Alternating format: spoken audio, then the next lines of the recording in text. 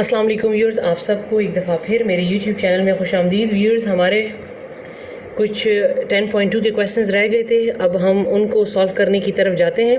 तो मेरे पास यहाँ पर मैं क्वेश्चन नंबर 5 तक मैंने करवा दिया था।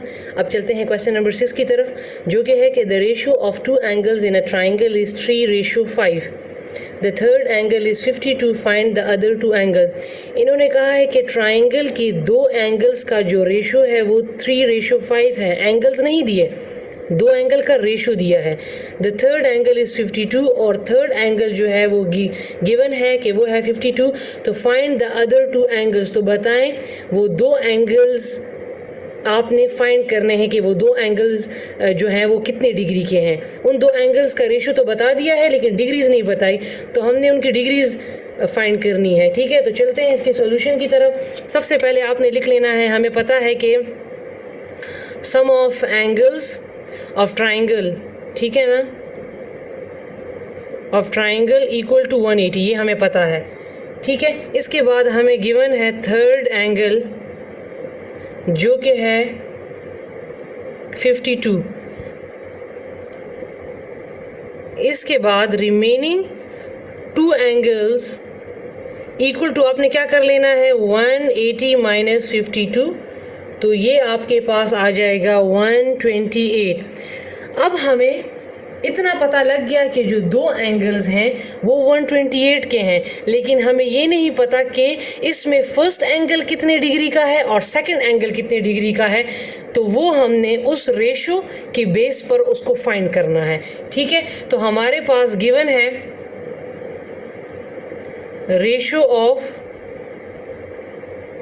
2 angles equal to 3:5।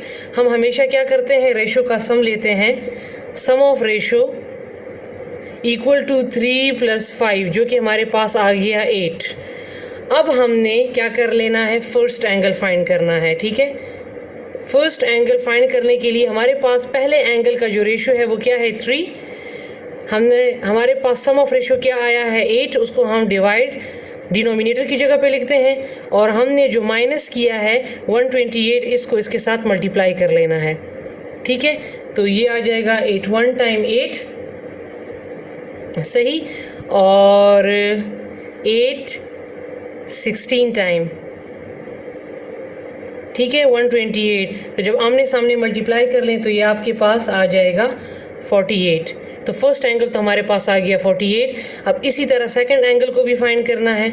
Second angle को कैसे फाइंड करना है, इसका रेशो क्या है 5, तो 5 टोटल जो आया है उसको डिनोमिनेटर की जगह पे लिख दें और मल्टीप्लाई बाय 128। 8 1 टाइम 8 8 16 टाइम 128, आमने सामने मल्टीप्लाई कर लें तो ये आपके पास आ जाएगा 80। तो लिहाजा मेरे पास जो फर्स्ट एंगल है वो 48 के बराबर आया और सेकंड एंगल जो है वो 80 के बराबर आया। तो व्यूअर्स, अब मेरे पास इसमें क्वेश्चन नंबर 7 है कि in figure find x and y if PQ parallel to BC। इन्होंने कहा है कि अगर PQ BC, अगर आप इस BC को थोड़ा सा आगे, B को इस साइड पे थोड़ा सा ले जाएं, C को आगे ले जाएं, तो ये आपके पास बन जाते हैं पैरेलल लाइंस। ठीक है, तो कहता है कि अगर PQ पैरेलल है BC के तो आप फाइंड करें x और y को फाइंड करना है। तो देखिए, जो हमारे पास फर्स्ट डायग्राम था ना, उसमें हमारे पास, आप ये याद रखें, ये इस किस्म का डायग्राम था फर्स्ट क्वेश्चन में। तो हमारे पास ये वाले जो एंगल है ना, ये एंगल ये दोनों ऑपोजिट होते हैं और ये इसके बराबर होता है, ये होते हैं अल्टरनेट एंगल। ठीक है, ये इस क्वेश्चन से रिलेटेड है इसीलिए मैं बता रही हूँ। ये एंगल इस एंगल के इक्वल होता है, ये एंगल इस एंगल के इक्वल होता है, और ये होते हैं अल्टरनेट एंगल। तो अब आप फिगर से देख सकते हैं कि ये y है और एक ही लाइन पर जो ऑपोजिट एंगल होंगे, ये y का ये वाला एंगल जो है अल्टरनेट है, तो y इक्वल टू मेरे पास आ जाएगा 60। क्वेश्चन में ही चीज़ गिवन है लेकिन थोड़ा सा कॉन्सेप्ट आपको क्लियर करना है। और ये लाइन है, x का जो अल्टरनेट एंगल है वो ये वाला है। एक ही लाइन पर जो इस किस्म के एंगल होते हैं ये अल्टरनेट होते हैं। x का एंगल कौन सा है अल्टरनेट 50, तो x मेरे पास आ गया 50, तो ये प्रूफ हो गया। ठीक है, इसमें ऐसा सच कुछ नहीं था। अब मैं चलती हूँ क्वेश्चन नंबर 8 की तरफ, जिसमें है कि इन फिगर ये फिगर हमें गिवन है, इसमें कहा है कि O is the mid point of AQ and BP। O जो है वो मिड पॉइंट है किसका? AQ और BP का। अब बताना है कि इस ट्राइंगल OAB इज कॉन्ग्रुएंट। ये कॉन्ग्रुएंट का साइन है और बेसिकली कॉन्ग्रुएंट जो है वो उसको कहते हैं तब यूज़ होता है जब फिगर ऑब्जेक्ट का जो शेप और साइज हो वो सेम हो, तो तब ये कॉन्ग्रुएंट साइन यूज़ होता है। तो ये कहता है कि इस triangle OAB is congruent to triangle OQP। तो आप शेप और साइज को देख सकते हैं, ये सेम ही है। ये जो लाइंस, ये जो double line single line use हुआ है, ये बेसिकली कॉन्ग्रुएंट के लिए यूज़ हुआ है। तो OA और B कॉन्ग्रुएंट है OPQ के, तो यस ये कॉन्ग्रुएंट है, ठीक है, क्योंकि इससे साइज और शेप सेम है। तो आप इसको सिर्फ आगे इसके लिखेंगे यस। यहाँ से भी आप अंदाज़ा लगा सकते हैं, इन्होंने आपको हिंट दे दिया है कि POQ is equal to AOB। ये ऑपोजिट, वर्टिकल ऑपोजिट बन रहे हैं, तो अगर ये इक्वल है तो इसका मतलब है कि OAB is congruent to OQP। Shape से आप अंदाज़ा लगा सकते हैं। अब B मेरे पास है कि which pair of matching parts have you use to answer A। इस A का आंसर देने के लिए आपने कौन से पेयर यूज़ किए? तो आप देखें कि B और P के लाइन पर ये जो कॉन्ग्रुएंट के साइन यूज़ हुए हैं, ये डबल, ये इस लाइन पे यूज़ हुए हैं, तो लिहाजा मैंने OB, ठीक है, और OP एक ही लाइन वाले ये पेयर यूज़ किया है, O का B के साथ, O का P के साथ, क्योंकि इसी लाइन में ये डबल लाइन यूज़ हुए हैं।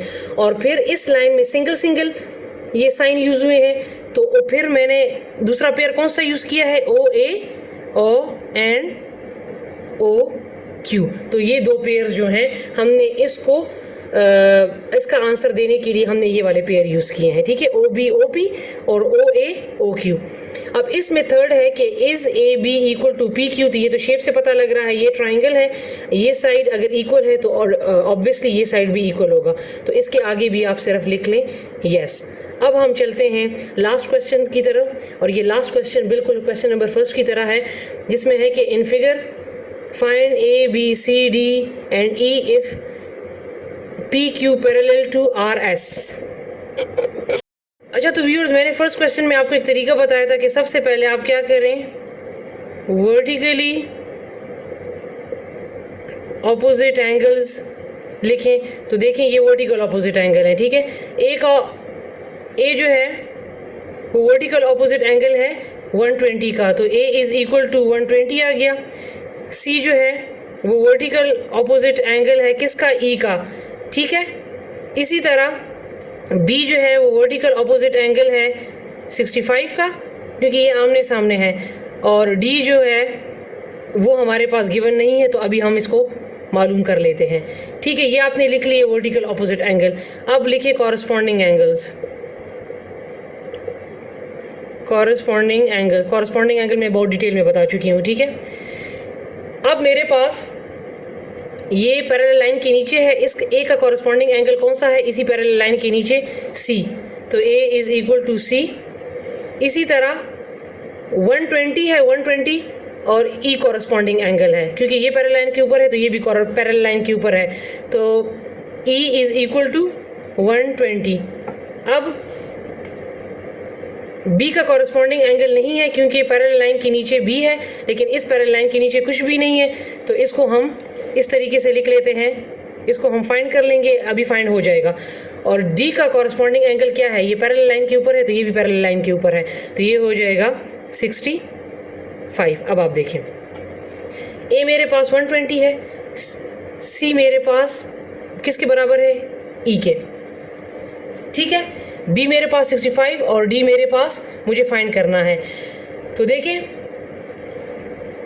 A मेरे पास 120 है, तो कॉरस्पॉन्डिंग एंगल में A कहाँ पे है? ये है A है, तो 120 हो गया। तो इसका मतलब है कि अगर ये कॉरस्पॉन्डिंग एंगल में A 120 के बराबर हो गया तो C भी 120 के बराबर हो गया। तो मैं इस जगह पे लिख सकती हूँ, ठीक है, C 120 के बराबर है। अब आप ऑलरेडी यहाँ पर देख सकते हैं कि E ऑलरेडी किसके बराबर है? 120 के। तो अगर C 120 के बराबर है तो E भी 120 के बराबर है, जो कि ऑलरेडी मैं कॉरस्पॉन्डिंग एंगल में लिख चुकी हूँ। अब B जो है वो 65 के बराबर है, तो यहाँ पर कॉरेस्पॉन्डिंग एंगल पर देखिए मैंने क्वेश्चन मार्क लगाया हुआ है, तो यहाँ पर लिख लें 65, और डी कॉरेस्पॉन्डिंग एंगल में किसके बराबर आ रहा है 65, तो यहाँ पर वर्टिकल अपोजिट एंगल में लिख लें 65। तो इससे साबित हुआ कि ए, सी और ई जो हैं वो बराबर हैं 120 के, और एंगल बी और डी ये बराबर हैं 65 के। तो व्यूअर्स ये था हमारे पास एक्सरसाइज 10.2।